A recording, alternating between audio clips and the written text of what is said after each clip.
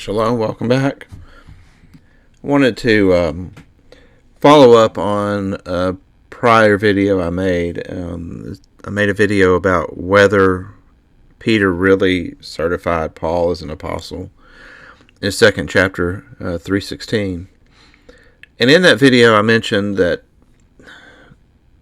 there was this, what I was calling an anomaly in 2 Peter chapter 2, where Peter's addressing a false doctrine that's being presented by these false teachers, and it sounds just like Paul in his teachings.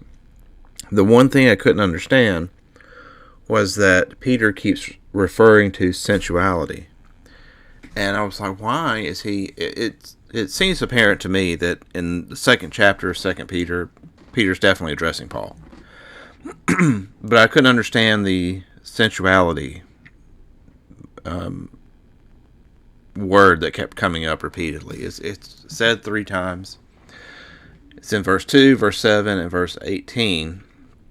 And one of the commentaries I found online even made the comment that it seems to be a theme of 2 Peter chapter 2.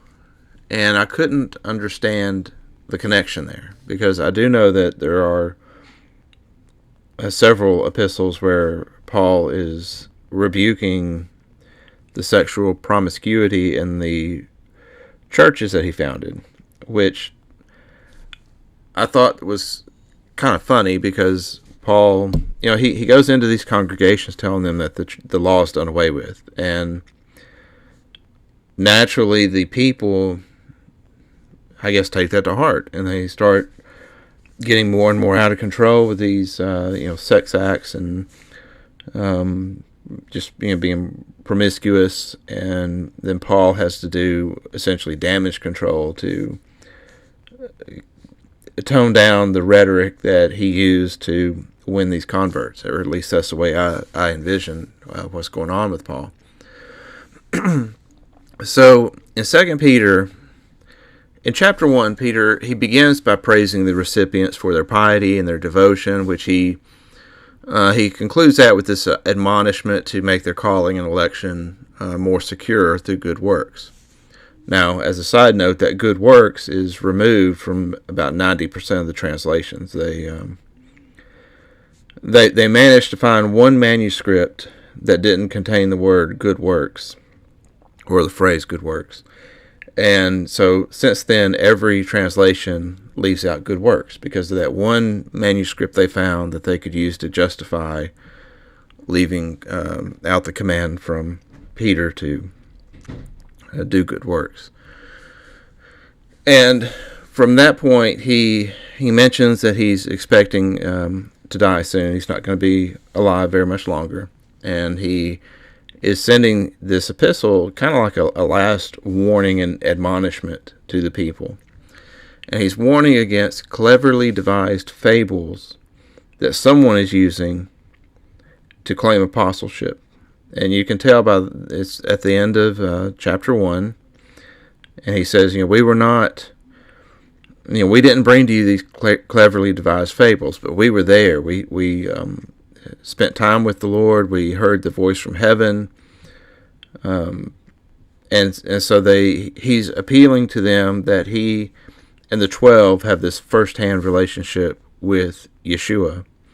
And then they don't need to be believing someone that comes with these cleverly devised fables. And again, that fits Paul very much. Paul claims to be an apostle.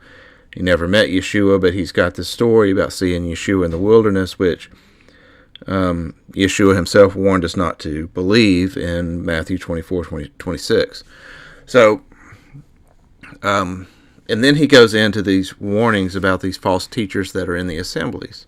So there's a definite progression into the subject. But the one thing that just doesn't fit, the one piece of the puzzle that seemed to not just fall right into place with this, was this word sensuality. So I've been intending to kind of get to this, because I wanted to dig into this deeper, but I had other things going on, other videos I wanted to make first. And yesterday or the day before, Corey made a comment on that video about whether Paul was really accepted by Peter or not, and he mentioned this word, and I was like, okay, I guess this is probably God, reminding me, hey, you need to do this video, you need to look into this. So I started digging into it. This word is aselia. It is usually translated as something like sensuality or lustful desires, or sometimes just lusts of the flesh, or there's a number of different ways that they translate it. Almost all the licentiousness is another one, but almost all of the ways that this word is translated in the 10 times that it appears in the New Testament is with relation to sexual sin, or like sexual desire, not necessarily the act of it, but the lust that leads to it. And so Yeshua actually uses it in Mark 7, where he says that which proceeds out of the man, that defiles the man. For from within, out of the hearts of the men, proceed evil thoughts, adulteries, sexual sins, murders, thefts, covetings, wickedness, deceit, lustful desires, envy, blasphemy, pride, and foolishness. All these evil things come from within and defile the man. So this aselia, which is Strong's Greek 766, is being used here. And so, by the way, in the video, every time that the word appears in any translated form, I'm going to color it purple like it is there for lustful desires. The word doesn't appear in Matthew 15:19, which is the parallel verses to this selection in the Gospel of Matthew. But Matthew 15 is a much shorter list overall than what's in Matthew 7, so that's not too big of a deal. But the thing that stood out to me in these verses is that adulteries, sexual sins, and covetings, they already appear in the verse. And if lustful desires is, it almost seems like it's a synonym for the sexual sins and covetings. And if lustful desires, if aselia really just meant lust, would that not be covered under either coveting or sexual sins? Is it necessary to add a fourth related word? And I didn't, and the word seemed kind of out of place in 2 Peter, and I had a hard time really even accepting that it referred to sexual sin. So the first place I turned to was BibleHub.com, and I went and looked at the Strong's entry. So for definition, it says licentiousness or wantonness, which is one of the ways that this is translated quite often. The NASB translates it as licentiousness 1 time, sensual 1 time, and sensuality 8 times. And then again, the usage, it can be outrageous conduct shocking to public decency, a wanton violence, wantonness, or lewdness. Now, one of the other word studies that was on BibleHub.com was this helps word studies at the bottom of the page. And it said that aselia comes from this word that means brutal, and that properly it means violent spite, which rejects restraint and indulges in lawless insolence or wanton caprice. So I feel like now we're getting past the whole viewing it as a sexual sin, and maybe we might be getting a little bit closer to what Peter is wanting us to understand in 2 Peter chapter 2, that it had more to do with this violent spite or lawless insolence. So I definitely felt like we were on the right track with this. Next, I went to this website. You can see it at the bottom of the page, Precept Austin. It's a website I ran across when I was looking into the whole subject of pisto and dissonata. And I like this website because it's a little bit more difficult to navigate, but you can get to a verse and it gives you this really like long page that gives you word studies about every word in a verse, and it pulls from a lot of different sources. I really glad I found this resource. I think it's a great resource. But the entry for it under 2 Peter 2 verse 2 said that, well, first of all, it's a compound word. So like the A is, when you have a Greek word that starts with A, it generally means like the opposite of whatever the root word is. So like anomia. Nomia is law, so anomia is like lawlessness. So here in the highlight at the top, it says A denotes or negates the next word, which I think it should say root word. It negates the root word. And Selgius means continent.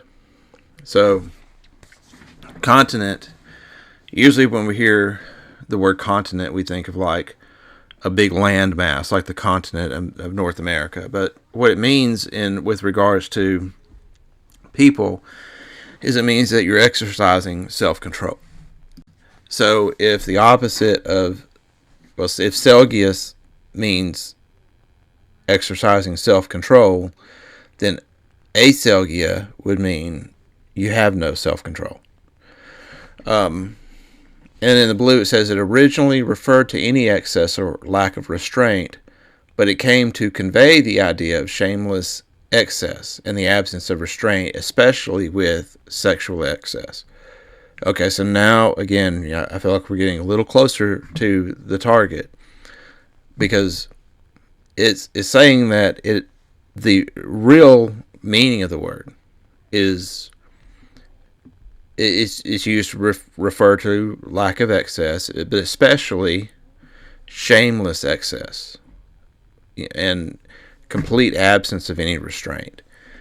And then when it throws on especially with sexual excess, I would take that more as this is the way it's typically used, but it doesn't necessarily mean sexual excess.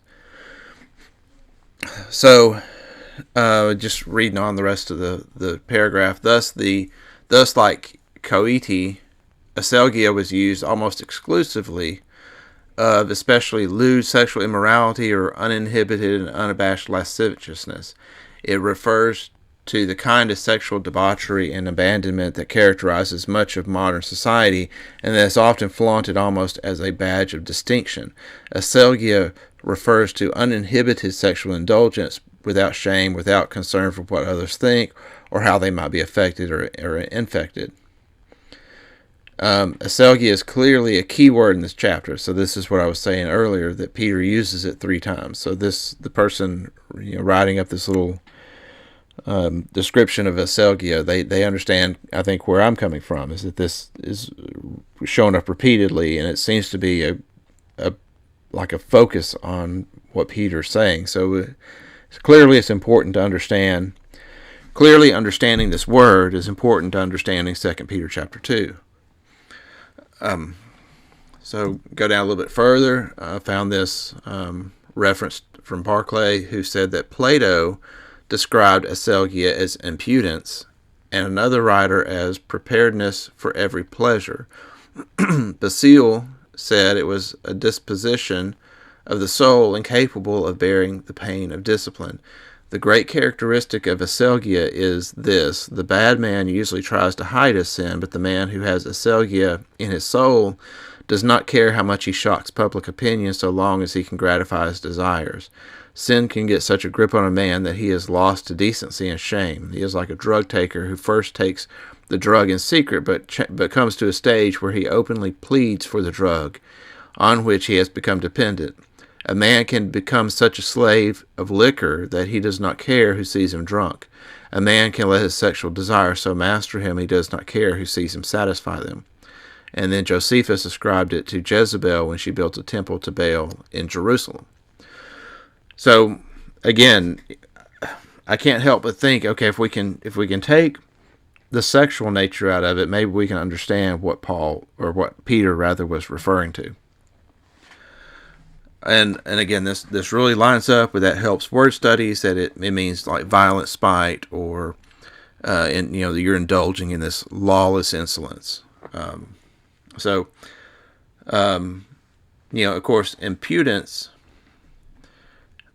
If we were going to like define it, it really has to. It's almost like saying lawless, like you're just rejecting authority. You're completely impudent. It has to do with like audacity and brazenness and shamelessness, immodesty, disrespect, insubordination, flippancy. So that kind of gives you an idea of what we're talking about. I really think a good word for it would be like lawlessness or rebellion, if we were going to kind of capture the understanding of what this is in one word. I'm kind of hesitant to use the word lawless because obviously with like anomia, there is a Greek word that means that already, that's used quite extensively in the New Testament. And I really think this has more to do with the attitude of the person than it has to do with the actions of the person. So you're completely without restraint. You're rejecting restraint.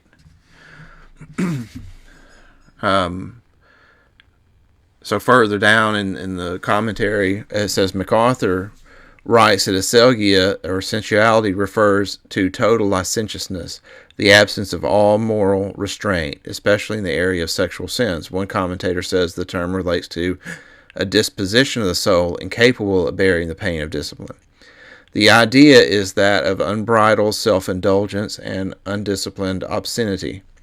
All people initially recognize at least some standard of right and wrong and have a certain sense of shame when they act against the standard. Consequently, they usually try to hide the wrongdoing. They may continually fall back into it, but still recognize it as wrong, as something they should not be doing. And conscience will not let them remain comfortable. But as they continue to overrule consciousness and train themselves to do evil and ignore guilt, they eventually reject those standards and determine to live solely by their own desires, thereby revealing an already seared conscience. So this, again, I think it's continuing to hammer home what I was saying previously, that this is really about your almost like rebellion against any kind of authority. And finally, the last entry for 2 Peter 2:2, it says, licentious individuals think only of satisfying their lust, and whatever they touch is stained by this base animalistic appetite. To summarize, aselia pictures a man dominated by shameless greed and animal lust, the sheer self-indulgence to whom he is so enslaved that he has lost all sense of shame. It reminds one of Jeremiah's description of the faithless in Judah. Were they ashamed because of the abomination they had done? They clearly were not ashamed, and they did not know how to blush. Jeremiah 6:15 and 8:12. These men acknowledge no restraint and dare to do whatsoever their caprice desires or their petulance suggests. And under the entry for verse 18, we had just a little bit more information. Aselia is a plural noun denoting various kinds of sexual excesses. This suggests that the heretical teachers clearly were implying that once the soul is saved, what is done in the body is of no importance. These men proclaim a message that appeals to one's eyes and ears, which is really something that I've said about Paul's doctrine in general, is that it's the source of the once saved, always saved. It's the source of all you gotta do is believe, and after you just believe and say the sinner's prayer or whatnot, then you're saved. That all you gotta do is believe some biographical things about Yeshua and call him Lord, and you're saved, according to Paul. And Matthew Henry has an apt description of these men and their methods. By application in industry, men attain a skillfulness and dexterity in promoting error. They are as artful and as successful as the fisher who makes angling his daily employment. The businesses of these men is to draw disciples after them, and in their methods and management there are some things worth observing, how they suit their bait to those they desire to catch. That would be like, to those of the circumcision I became as the circumcision, to those under the law as those under the law, to those not under the law as one not under the law. you're going to change your method, change the way you present yourself to be able to catch the most disciples, which sounds very similar to what we hear in the New Testament. Erroneous teachers have a particular advantage to win men over to them because they have a sensual pleasure to take them with, whereas the ministers of Christ put men upon self-denial and the mortifying of those lusts that others gratify and please. Wonder not, therefore, that the truth prevails no more, that error spreads so much. So, I don't think Mr. Henry intends to kind of sail Paul down the river with these comments, but I have to admit, I mean, he sounds like he's describing the Paul that we see in Galatians and 2 Corinthians. So, I think at this point it gives us a good picture of what this word means. And it reminded me of this cartoon that I seen on the internet probably 10 years ago, and I had to look it up for this video and find it because I think it's very appropriate. The guy in the red shirt, I would say he's the guy that has this aselia. He's saying, I hate being confined by this fence. I'm jumping over it. And this other gentleman in the green is like, wait, it's not a fence. It's a guardrail. And this is, in my mind, this is the picture that I saw of what this word means, if we were to put it into a picture form. What one man's seeing as protecting you and being there, that God put that guardrail there for your protection. The other person sees it as a restriction, and someone who has aselia does not follow restrictions. He is insolent to the point that he's going to buck against any rules that are put in place. So I think if we're going to summarize the thing that God showed me when I was asking him, like, Father, what's a good way to describe this word, to summarize what this means? And the image that I got was that of an out of control teenager who I think most teenagers, when you get to the age of 14, 15, 16, you kind of fall into this mindset to one degree or another that you don't want to listen to your parents, you don't want to do what they say.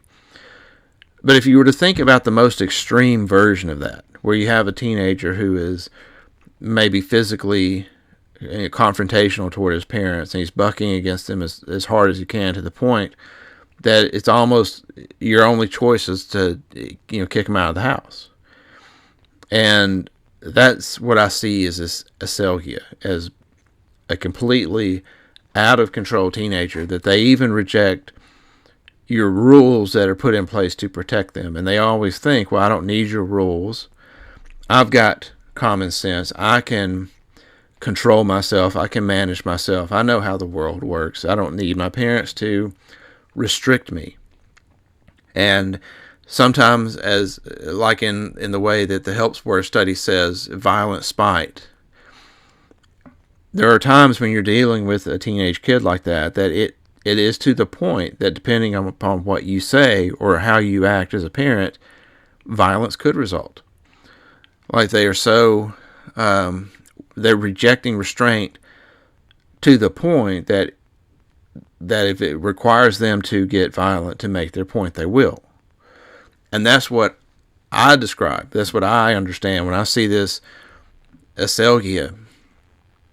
That's what I picture in my mind. And I think that perfectly describes a lot of what we see particularly in Galatians and in 2 Corinthians, where Paul gets so out of hand that he is calling the 12 apostles names. He's calling them false apostles, saying that he wishes they would castrate themselves. He gets up in Peter's face in Antioch, and he is boasting about that in his letter to the Galatians, which obviously, if you read the account of what happened in Antioch, it should become apparent that Paul was the one that got rebuked, not Peter, because Paul admits that everybody turned against him. And that, in my mind, it's a picture of what this aselia is. And when we take that, and I think we add it into these verses in 2 Peter, it will begin to make a little bit more sense that that's the correct translation. So, in a word, brazen impudence is so out of control it can result in violence. I think that's a good definition of how to understand this word. And obviously it can deal with sexual desire and sexual sin, but it doesn't have to. And so if the translators are translating this word as sinful, or rather sensual, or lustfulness, it's hard to get past seeing it as a sexual sin. But it doesn't necessarily mean that. It could be someone just rejecting God's authority, rejecting God's law. It could also be rejecting an earthly authority. And I believe that that's the way we should understand it in 2 Peter. Now, Paul uses this word 4 times. And as you can see in Romans 13:13 and 2 Corinthians 12:21, he's using it and he's equating it with the sexual understanding of it. So like in Romans 13:13, he gives these 3 phrases. He says, not in reveling and drunkenness. Okay, well, reveling and drunkenness are related. You can have a drunk person who kind of gets out of hand and starts reveling and hooting and hollering and that sort of thing. So reveling and drunkenness, they're related. Sexual promiscuity and lustful acts, they're related. And strife and jealousy, those 2 are related too. So it's obvious here in Romans 13:13, Paul is intending you to understand that this word aselia needs to be understood as a sexual or lustful act. So there's no problem with the way it's translated here because of the context. 2 Corinthians 12:20, I believe that that's also within reason. That it's being used in conjunction with sexual immorality, and I think that's probably an accurate translation because of the context of the verse. Remember from the Precept Austin website, it says originally referred to any excess or lack of restraint, but came to convey the idea of shameless excess, absence of restraint, especially with sexual access. So these 2 translations have no problem with it. I think that this is correctly translated here. Same with Galatians 5, where Paul uses it. I do believe it should be translated as lustfulness. Ephesians 4:17, not so much. I think you could translate it as impudence there in Ephesians 4:17. But the thing about Ephesians is it was probably not written by Paul. It's one of those Deutero-Pauline epistles, which could possibly be authentic, but most academics think it's not. There's reasons why they say that about Ephesians. Ephesians tends to use very long sentences of over 50 words, and Paul's other epistles don't, and his messages and his understanding about the actions of Christ as he describes in his other epistles differ from Ephesians. So it's generally doubted that he actually wrote Ephesians. So I don't know if we could actually use that to look at the way Paul used it. But the other 3 times that Paul uses it in his epistles that are generally accepted as being authored by him, it's used in this meaning of like lustfulness. Also, I think it's interesting to know there's 3 epistles that Paul wrote that I see as him doing some type of damage control. In 2 Corinthians, he's doing damage control against the fact that he doesn't have these recommendations from the 12 apostles.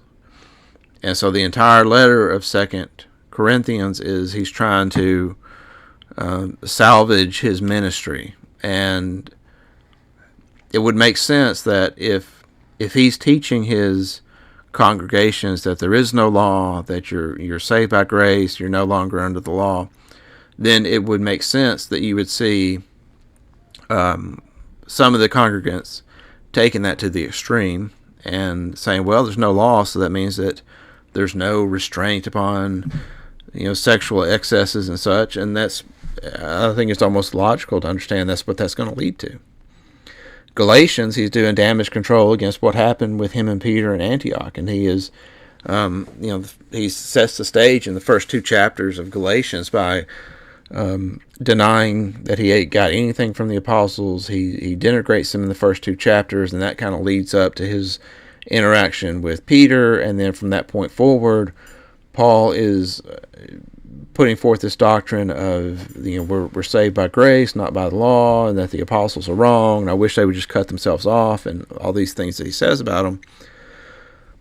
So, in the process of doing that damage control, though, he gets to Galatians 5, and that's where you see him here with the text on the screen, trying to correct the errors within his congregation. He's going and he's giving these people a message of lawlessness, and then it's like he's surprised that they turn to this almost out of control behavior.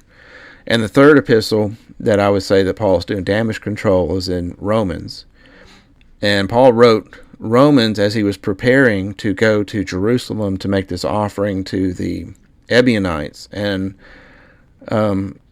I really believe that part of the idea behind making this offering was Paul was trying to buy their approval. That the damage control he tried to do in Galatians and in 2 Corinthians didn't work. He's more or less lost his ministry. So he thinks if he goes there and he makes this offering to the apostles and smooths things over, maybe he can still get these letters of recommendation. Maybe he can still somehow salvage what's left of his ministry. And so the 3 places that he uses this word are in his 3 epistles that I view as his damage control epistles. And so he's using this word in Galatians, 2 Corinthians, and Romans. And I think what he's trying to do is he realizes that part of his credibility lies upon the fact, or his loss of credibility rather, lies upon the fact that his congregations are not walking in a moral type of behavior. They're very rebellious, and you tell people there's no law, they're going to take it literally, and that's maybe part of the problem we have with the modern society. The people who do go to church have been told for the last several hundred years there is no law, and so now we act like we're shocked that we have this rise in homosexuality and other sexual sins, and not only that, but just the lack of restraint in heterosexual relationships. And I think part of it is due to the church adopting and embracing Paul's teachings. So let's get to 2 Peter. We can look at the way this is used, and instead of translating this as sensuality like we see in some of the translations, we'll use impudence. And of course, keep in mind, impudence is about rejecting any kind of restraint. It's kind of like this brazen, lawless insolence, essentially. You're not going to keep this law. So 2 Peter 2:1, but false prophets also arose among the people as false teachers, will also be among you, who will secretly bring in destructive heresies, denying even the master who brought them, bringing on themselves swift destruction. Many will follow their impudence, and as a result the way of truth will be maligned. In covetousness they will exploit you with deceptive words, whose sentence now from of old doesn't linger, and their destruction will not slumber. For God didn't spare angels when they sinned, but cast them down to Tartarus, and committed them to the pits of darkness to be reserved for judgment. And didn't spare the ancient world, but preserved Noah with 7 others, a proclaimer of righteousness, when he brought a flood on the world of the ungodly, and turning the cities of Sodom and Gomorrah into ashes, condemned them to destruction, having made them an example to those who would live ungodly. Okay, so right away you can see that when Peter uses this word, the very next sentence is about exploiting you with deceptive words. It's about leading you astray, which falls into some of these other commentaries we read that described the actions of these teachers and their impudence.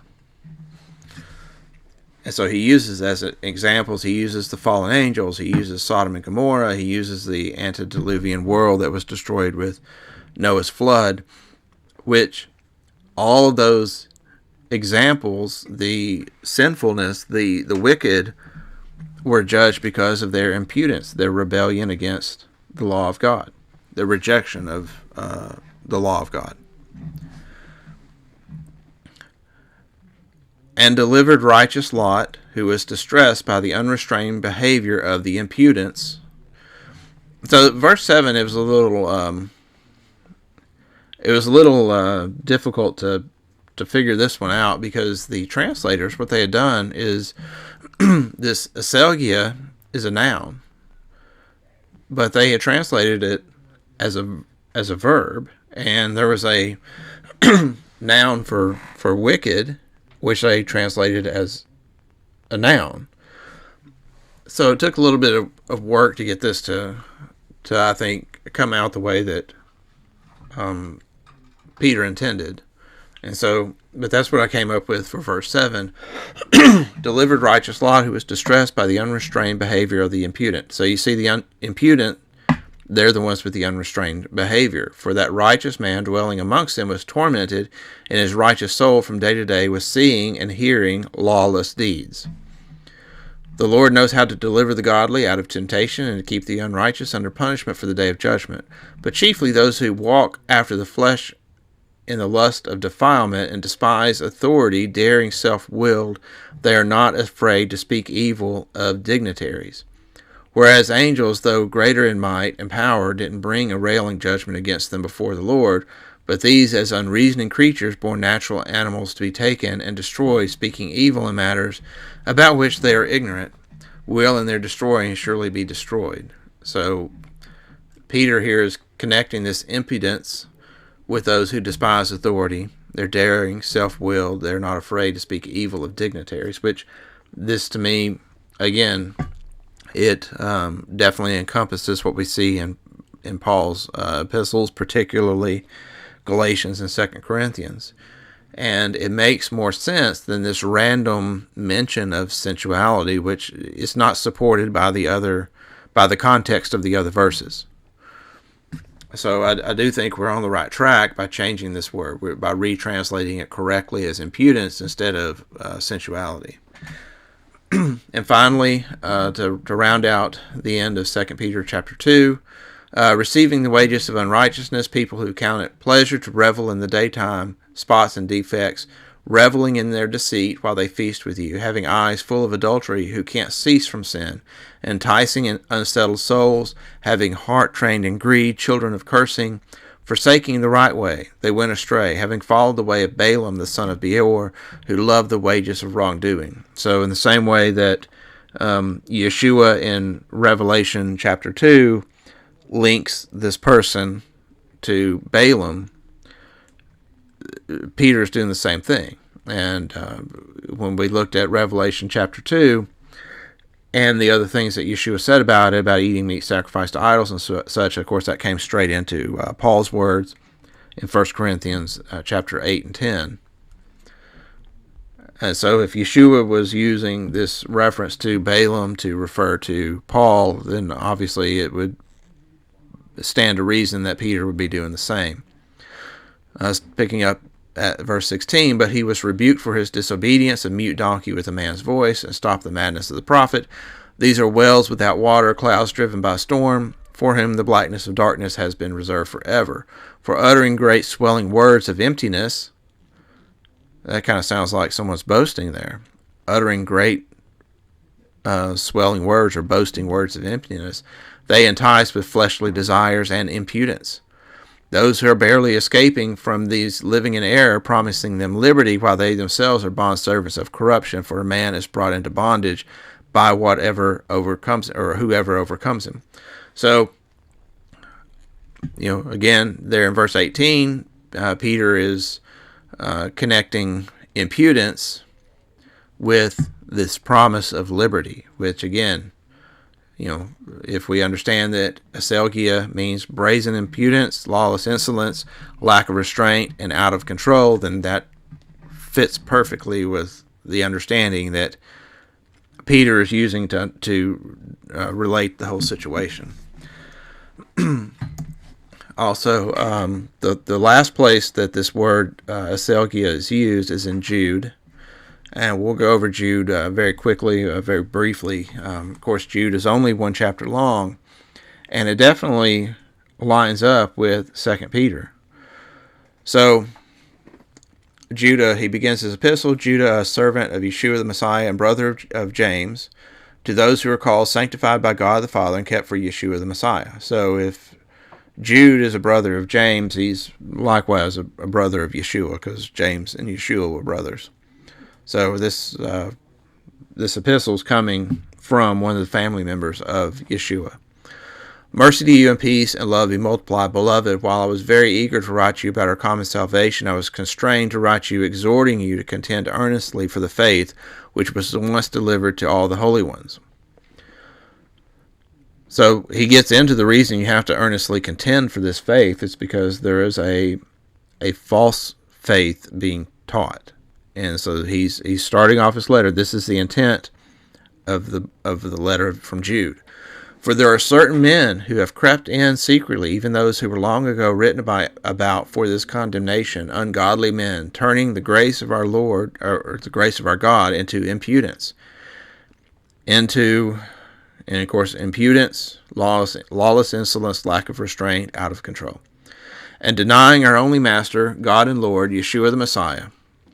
And so, there in those I took out the next couple of chapters because it was just a repetition of what Peter said.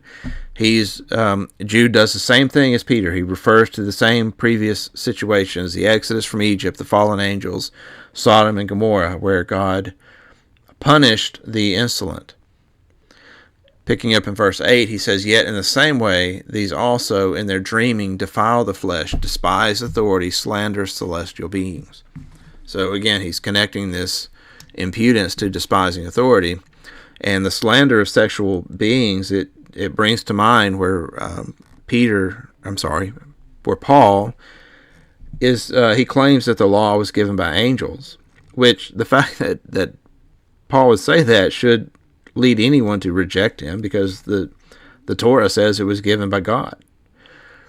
And Paul uses this fable that the law was given by angels to refer to them as weak and beggarly elements. Why are you returning to these weak and beggarly elements, speaking about the angels, and keeping their law? So this, again, it lines up with what Jude is saying as a description of Paul. But these speak evil of whatever things they don't know, what they understand naturally. Like the creatures without reason, they are destroyed in these things. Woe to them, for they went in the way of Cain, ran riotously in the error of Balaam. So Jude is now connecting these people to Balaam also, just like Yeshua did, just like Peter did. And perished in Korah's rebellion. These are hidden rocky reefs for your love feasts when they feast with you. Shepherds who without fear feed themselves, clouds without water carried along by winds, autumn leaves without fruit, twice dead, plucked up by the roots, wild waves of the sea, foaming out their own shame, wandering stars for whom the blackness of darkness has been reserved forever. It's very similar. I mean, it's hard to read Jude and 2 Peter chapter 2 and not see that it's almost like they were sitting next to each other writing these two epistles. These are murmurers and complainers, walking after their lusts, and their mouth speaks proud things. Oh, this is another reference to these proud boasting words. Showing respect of persons to gain advantage. But you, beloved, remember the words that have been spoken before by the apostles of our Lord Yeshua the Messiah. They said to you, in the last time there will be mockers walking after their own ungodly lust. These are they who cause divisions and are sensual, not having the Spirit. So,